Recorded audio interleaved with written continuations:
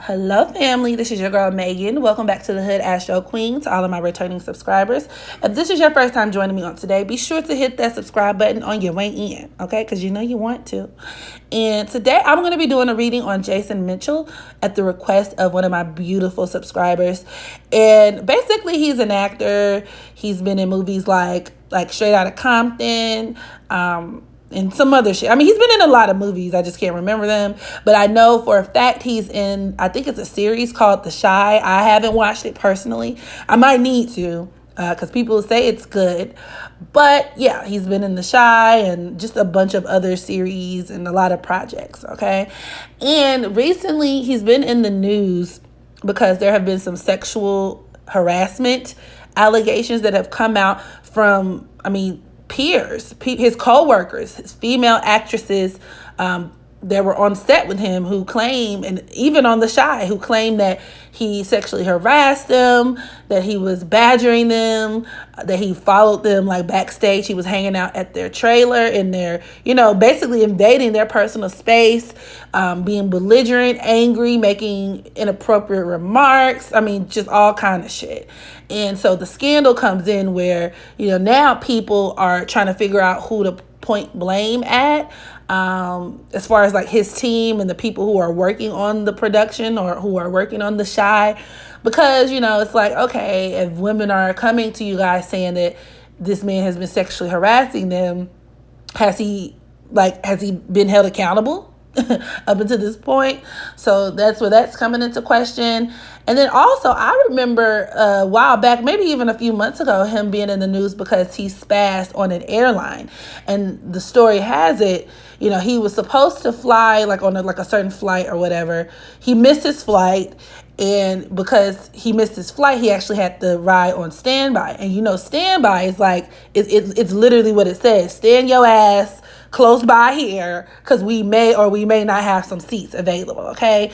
And he got angry at the fact that there was somebody sitting in his first class seat, and really just started spazzing, cussing everybody out. And I don't know if he was like escorted off the plane or what, but he was absolutely in the wrong because you forfeit your first class seat, my dude. Like, ain't no assigned seat, and when you on standby, you get what you get and you don't pitch a fit kind of thing. However, he was just like, oh, I got shit to do, da, da, da, da, da, da. And if you had shit to do, you would have made your first flight if you really valued the shit that you had to do. However, I just wanted to briefly take a look at his chart, because I found some very interesting things I wanted to share with you guys. And so this isn't going to be super long and drawn out. I just kind of want to get in, get out. You know what I'm saying? So he was born on January 5th, 1987 in New Orleans. I don't know what his time of birth is, so we will refrain from using house placements. So this makes him a Capricorn sun, Pisces moon, and actually his moon is conjoined to his Mars and his Jupiter. Okay, so let me pull up my notes because I wrote down some stuff.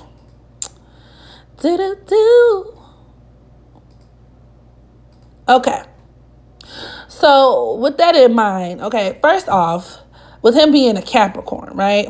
Capricorn is all about work. His sun is conjoined to his Mercury. So he's definitely, and it's conjoined to his Neptune. So on one hand, it definitely makes him business minded. However, with his sun being conjoined to Neptune, this can make him, especially Mercury conjoined to Neptune, makes him a grade A liar. Okay, it can make him somebody who has a lot of secrets, who puts on an act in order to save his reputation. It can make him somebody who is, like I said, very secretive. It can even make him delusional, okay? Very delusional and prone to scandal. Especially, when I took a look at his transits, I forgot Pluto is in Capricorn. So with that Pluto transiting his sun, baby, in Mercury, that's all about revealing secrets, different secrets about his identity coming to light, negatively impacting his career in the process, as he appears to be destroying everything he's worked for.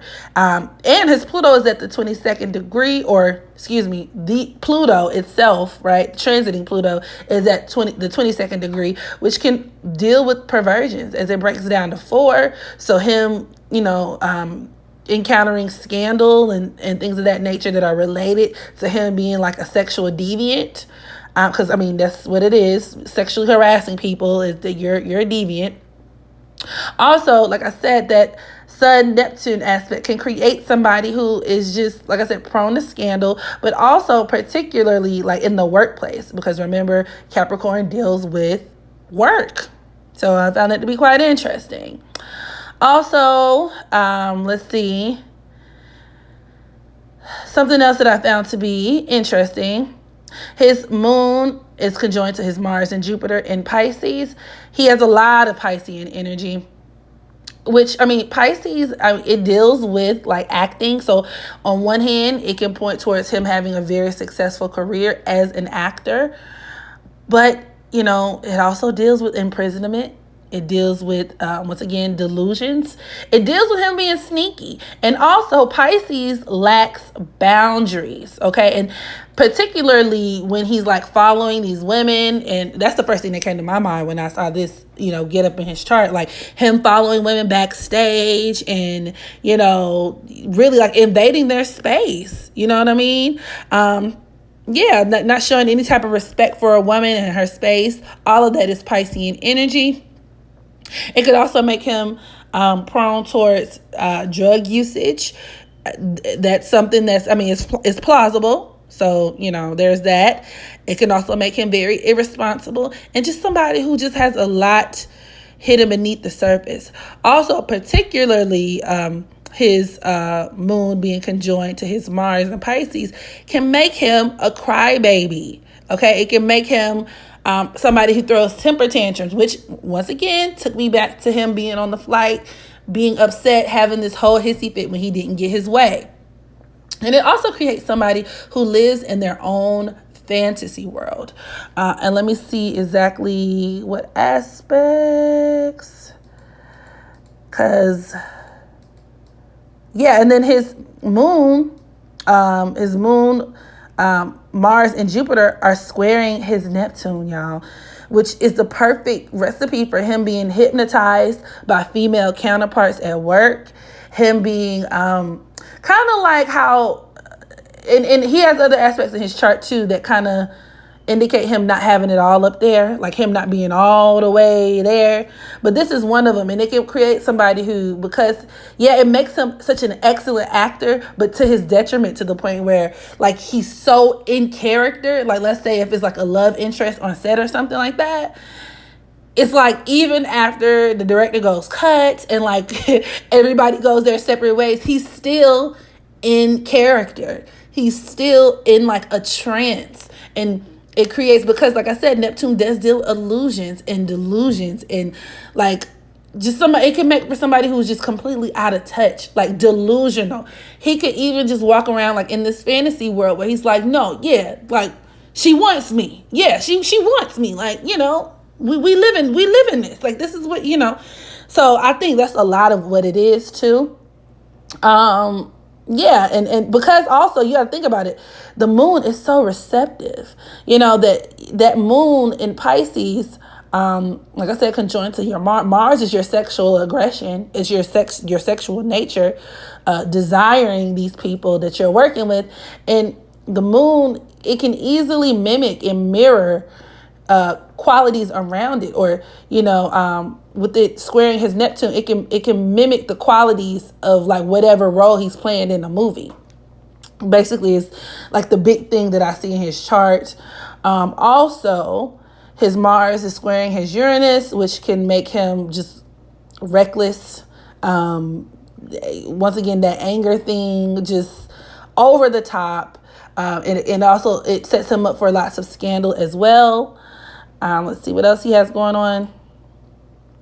First of all, okay, here's where it gets interesting. And when I said he has a lot of indicators of mental health issues, His Chiron is in Gemini, and Chiron usually deals with a part of your personality or your psyche that's very extraordinary, exceptional, and even dysfunctional, because Chiron is the wounded healer, things that wound you or the way that you wound other people.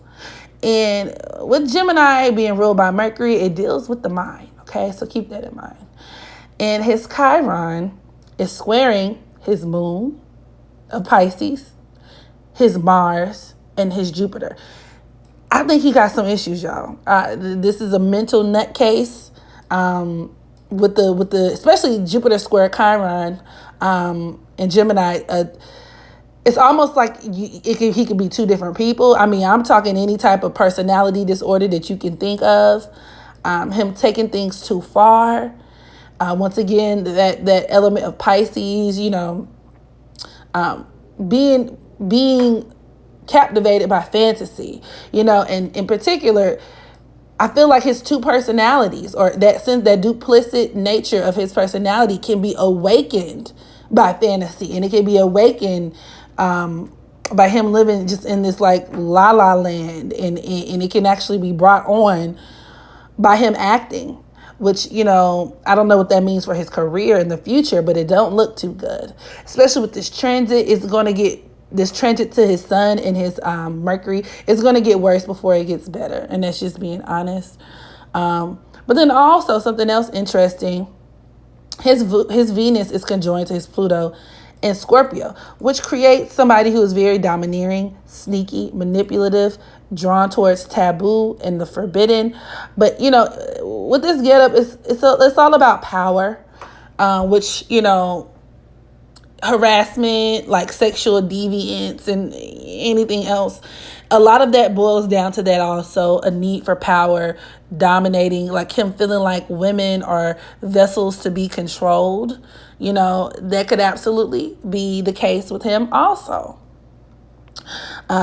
He has his Black Moon Lilith in Cancer, so it's naturally opposing his Sun and Mercury, his Sun, Mercury, and Neptune, which obviously produces issues with women. So he has some really deep-seated issues with women that I would even argue go back to his mom, where he kind of views women as like, a business transaction, like very kind of depersonalizes his relationships with women. And like I said, with Capricorn dealing with the workplace business, it can absolutely create issues in that respect, like invading his work life. And kind of shifting gears a bit, Lena, I think that's how you say her name, Lena White. She is she's an American, what do you call it, writer, movie writer, film writer.